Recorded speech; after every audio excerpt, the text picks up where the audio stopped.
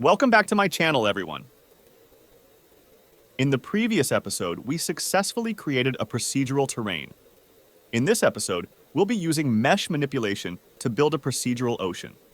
By adding different wavelengths, we'll achieve more realistic ocean movements.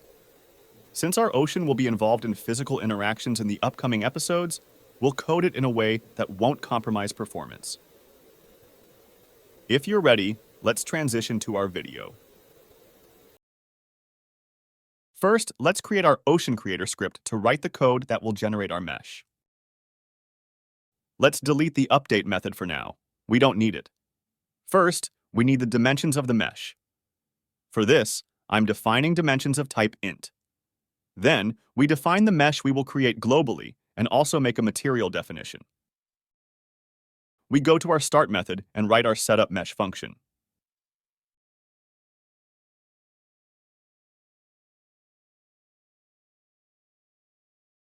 Once the globally defined shared mesh and shared material variables are assigned, we can move on to generating the necessary vertices for manipulating our mesh.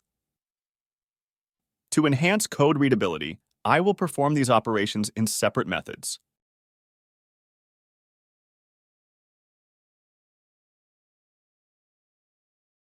Now, let's write the code that generates the vertices of a flat surface.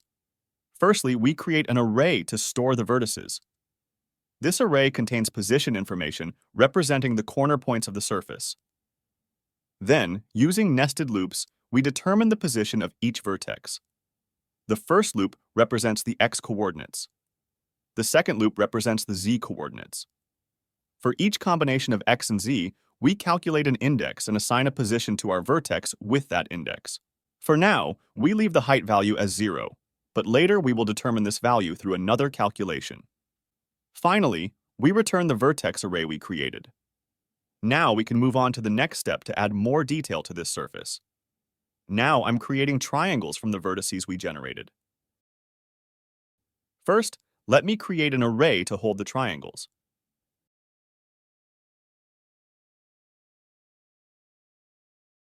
We create an array representing the corners of each square, as each square contains 2 triangles. Since each triangle has 3 vertices, we create an array that is 6 times the total number of vertices.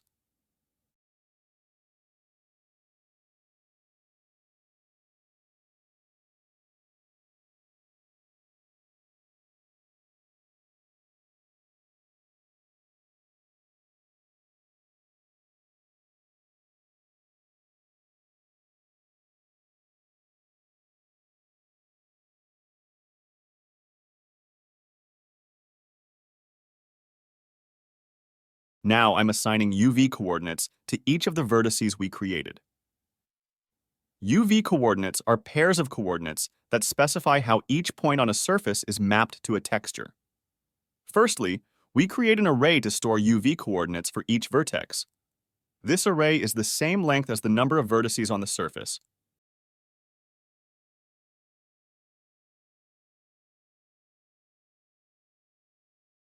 Using 2 loops, we determine the UV coordinates for each vertex.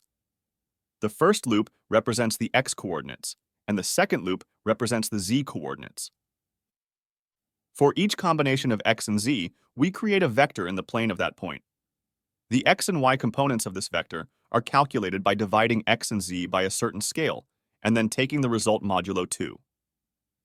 We rearrange the created vector according to a rule and assign it to the relevant position in the array we created as another vector. If the x or y component of the vector is less than or equal to 1, we leave it as it is. Otherwise, we adjust it by subtracting 2. Now that we've created our mesh, we need to recalculate its bounds and normals. After that, we can add a mesh filter to the object and assign our mesh.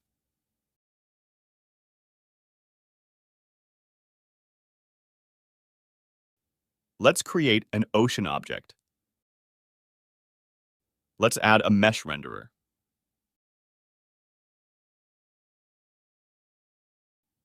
After adding the script, the renderer asks for a material, so let's create one and assign it to the mesh renderer.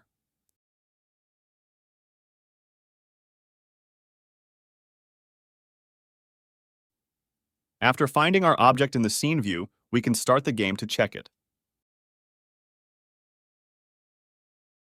Our mesh is created.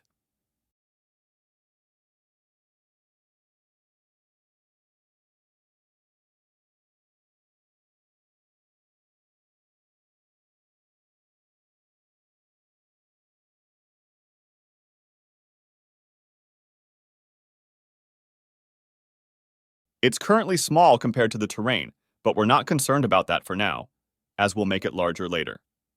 Now, let's move on to the calculation of the height that will transform this flat mesh into a shape resembling an ocean. I will do this process in fixed update because this ocean will involve physical interactions. To make the surface look more realistic and smooth, there is something that adjusts the height values. Firstly, I'm obtaining the positions of the vertices from the current mesh. In other words, I know the location of each point on this surface. Now, with a nested loop, I'm trying to calculate the height value for each point.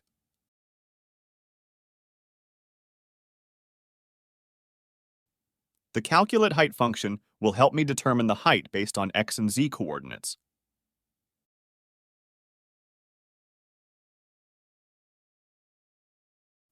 Let's find a nice place for our function.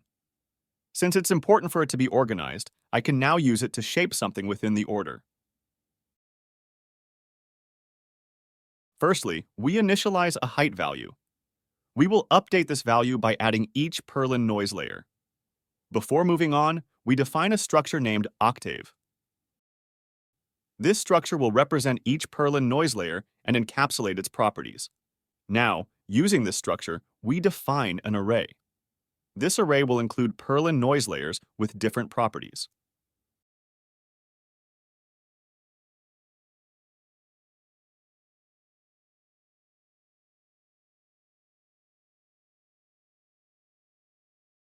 We initiate a loop and iterate through each Perlin noise layer. These layers enhance the details of the surface by creating Perlin noise with different characteristics. These layers are created based on two different conditions. If the alternate property of a layer is true, the Perlin noise value is modified with a cosine function. Otherwise, it is used to obtain a more traditional Perlin noise.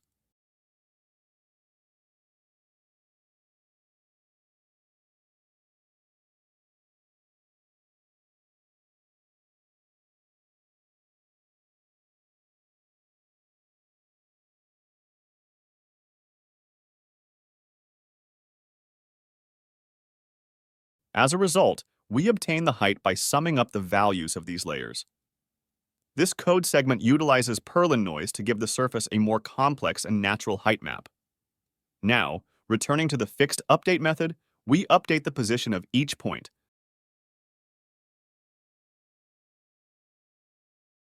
Apply these updated vertices to the mesh and calculate the normal vectors.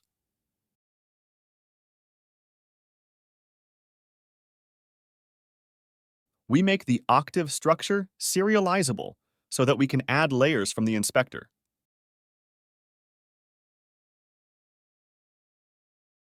We want to add a layer and see the result.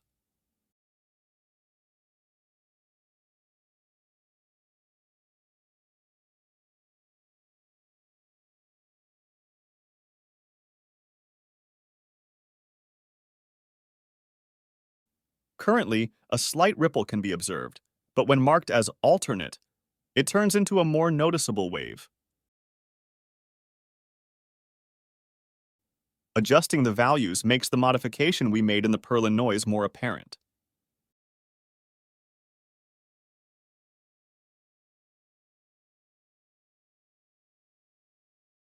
Let's change the material values to make it more ocean-like. For now, it doesn't need to resemble the ocean too much. Later on, we can create our own shader and achieve better results since we've already set up the UV map.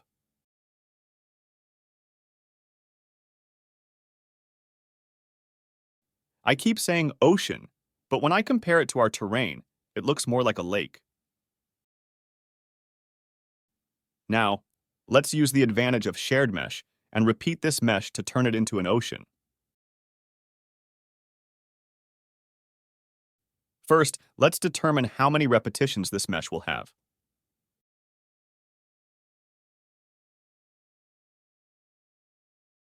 Let's call the objects to be repeated Ocean Child.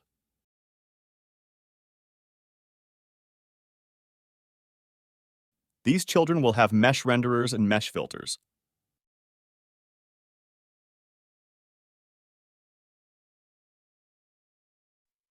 Let's keep them in a list so that they are readily available when we need them later.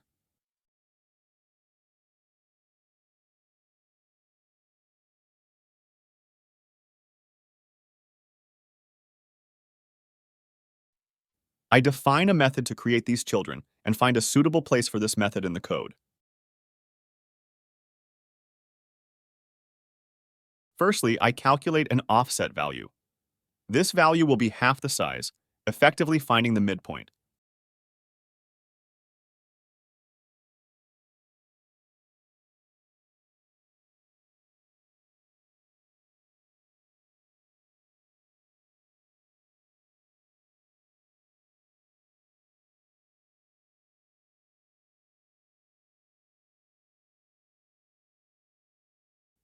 Each child object will be within a parent object. This parent object will be used to adjust the offset of the children.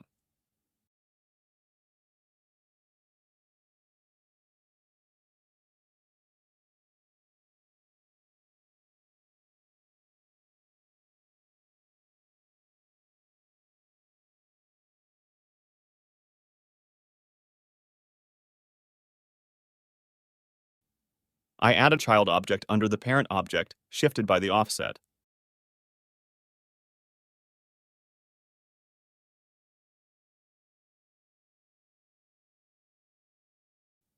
I add an ocean child component to each child object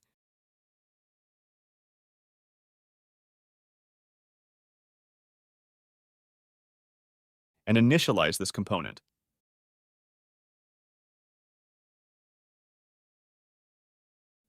Within this component, I add mesh renderers and mesh filters for each child, sharing our mesh and material with them.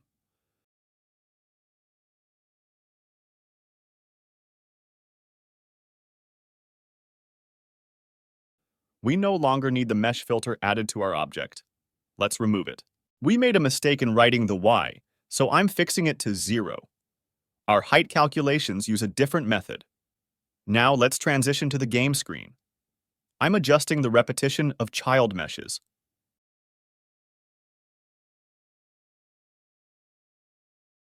As observed, a repeat count of 100 by 100 resulted in a significant drop in FPS.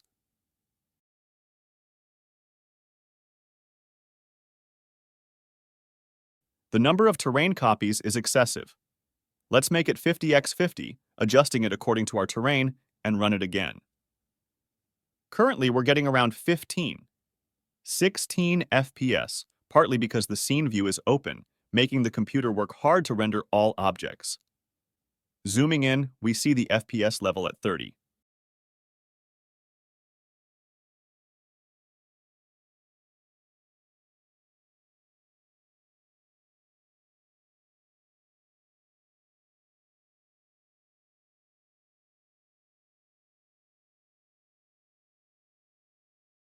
After adjusting the ocean height, we restart. Now we have a geographically compatible ocean. I'm examining the relationship between meshes. Yes, we've achieved our lasagna view again. There are gaps since our meshes aren't connected. We need to fix those.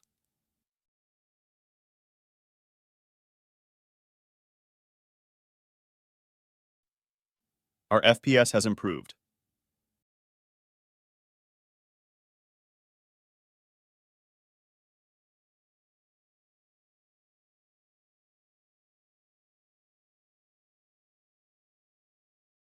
We need adjustments where we calculate mesh height. If the vertex is the last vertex, then the first vertex should also be at this height so that the starting and ending points of the meshes move together.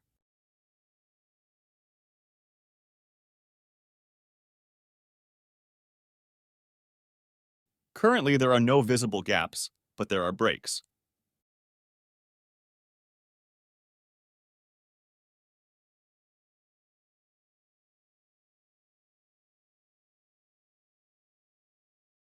we need a smoother transition, especially in the last 3 rows of vertices.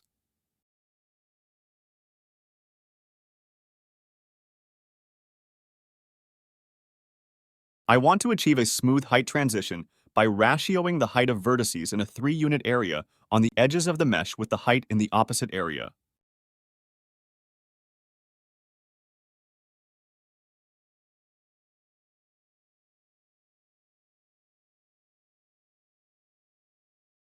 This needs to be done before saving our vertices.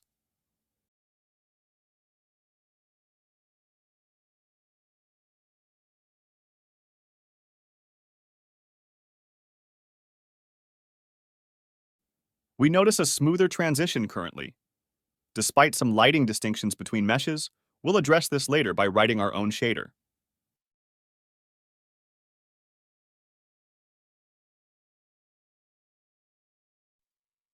Now, let's assess our code's performance.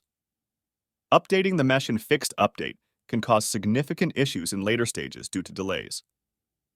Currently, the garbage collector is using 119 kilobytes of memory.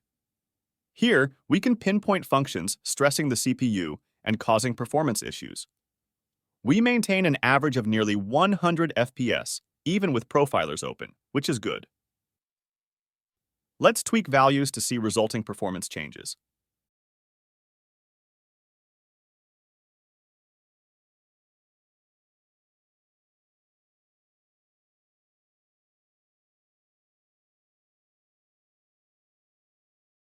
As observed, some points in profilers peak, indicating the garbage collector is using a 3.7 megabyte space.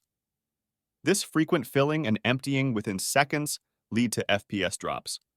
Now that we've learned that memory allocation causes a performance issue, let's go back to our code and fix the problematic part. In each fixed update call, we are assigning the vertices of our mesh to a newly created array. This leads to increasing memory allocation as our mesh grows. Instead of creating a new array each time and freeing up the memory allocated to the array when the method ends, we are optimizing this process by performing it once and keeping the memory continuously allocated. The value of each declared variable in memory is cleared by the garbage collector at the end of the scope in which it exists. If you declare a list globally, the variable will be kept in memory continuously. This may cause unnecessary information to occupy memory space. However, in our case, since we will be using the ocean mesh's vertices as long as the scene is open, it doesn't create any disadvantages. Thank you all for watching my video. I hope you enjoyed it. In the next episode, we'll be creating a shader for our ocean to enhance its realism and visual appeal. Don't forget to subscribe to follow the rest of the series and stay updated on new content. I'll continue sharing more creative and informative content with you. Happy watching!